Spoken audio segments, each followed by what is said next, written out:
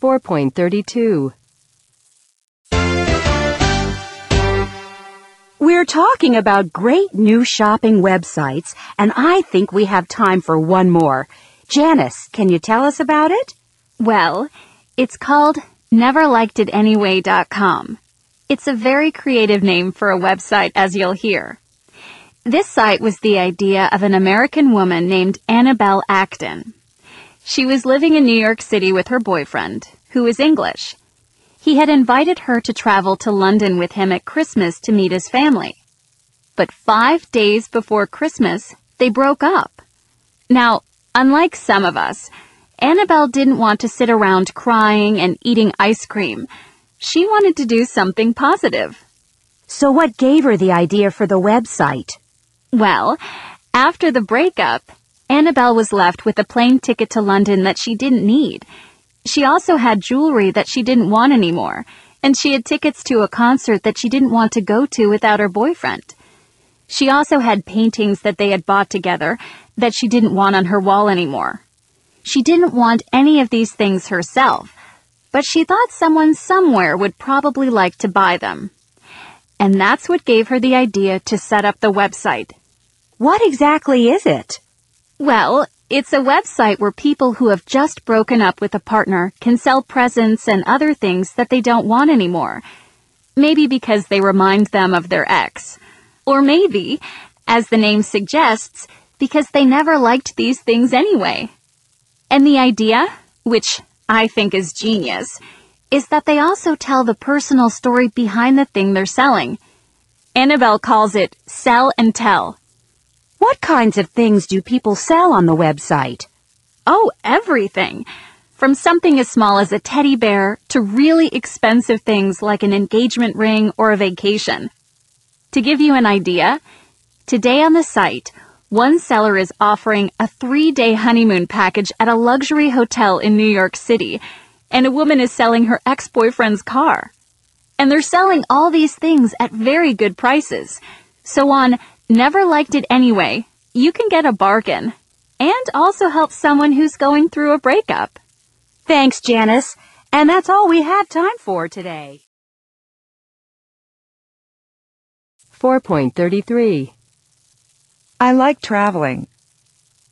She said that she liked traveling. I'm leaving tomorrow. He told her that he was leaving the next day.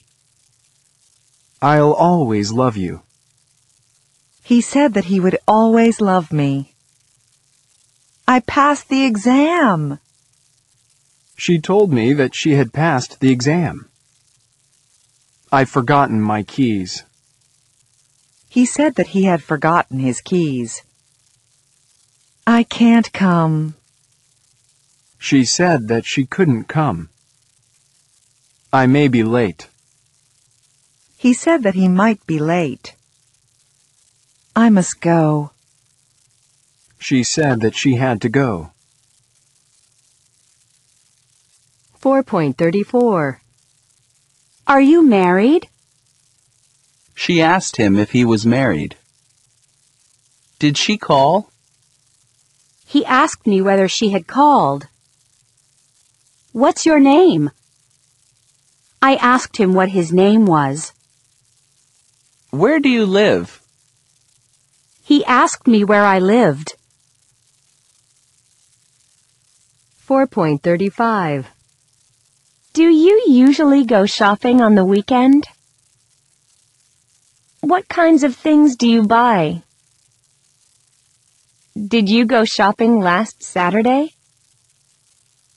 What's the next thing you're going to buy? 4.36. Train. A. Complain. Email. Obtain. Paid. Painting. Chair. Air.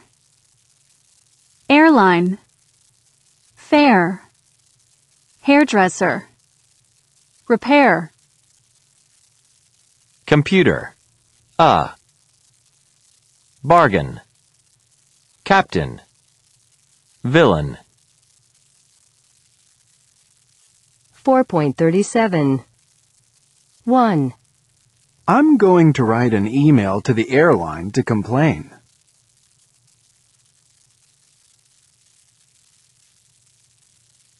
2. She said that she had to pay for the repairs.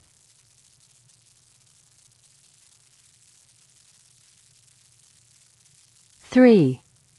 The captain found a bargain at the sale.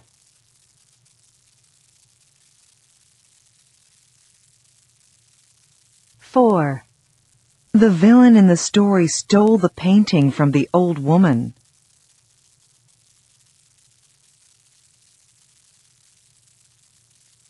4.38. Word building. Making nouns from verbs. 1. Compensation. Demonstration. Explanation. 2. Achievement. Agreement. Argument. Attachment. Payment. 3. Choice. Complaint. Delivery. Loss. Response. Sale. Success. 4.39. 1. Have you ever opened an attachment on an email that contained a virus? 2. Do you often have arguments with your family? What about? 3. Do you prefer reading grammar explanations in your own language, or do you think it's better to read them in English? 4. Have you ever made a complaint to a company and gotten compensation? 5. Do you think that there's too much choice when you're shopping, for example, for a new phone? 6. Have you ever been in a demonstration? What were you protesting about? 4.40. 1. I was at Sydney Airport in Australia, and I got a taxi to take me to the hotel. A few minutes after he'd left the airport, the taxi driver said that his meter was broken, but that he would charge me $50, which was what he said the trip usually cost. It was my first time in Sydney, and of course, I didn't have a clue what the usual fare was, so I just said okay. But later, when I was checking into the hotel, I asked the receptionist what the usual taxi fare was from the airport, and she said about $35. I was really annoyed, and I sent an email to the taxi company, but I never got a reply. 2. I was traveling in the UK. It was a work trip, and I knew that I was going to have to answer a lot of emails during that time. So I booked a hotel in Liverpool where they advertised Wi-Fi in all the rooms. When I arrived, it turned out the hotel charged £16 for 24 hours of Wi-Fi, which is about the same as I pay for a month of internet at home. I complained to the man at reception, but all he said was that I could use the Wi-Fi in the lobby, which was free. I wasn't very happy about it. Hotels used to make a lot of money from customers by charging a ridiculous amount for phone calls. Now that everybody uses their cell phones to make phone calls, some hotels now charge a ridiculous amount for Wi-Fi. 3. I was in an Italian restaurant in New York City recently, and I ordered manicotti, which is a kind of pasta, a little like cannelloni, and it's filled with cheese and served with tomato sauce. Well, when it arrived, the tomato sauce was really hot, but the pasta and the filling were cold. It was like they were still frozen. Anyway, I called the waitress, and she said that it couldn't be cold. So I said, "Sorry, it is cold. Do you want to try it?" So she took it back to the kitchen, and later the manager came out and apologized. And when I finally got the dish, it was good, hot all the way through. But I'd had to wait a long time for it. But later the manager came out again and offered me a free dessert. So I had a delicious tiramisu for free.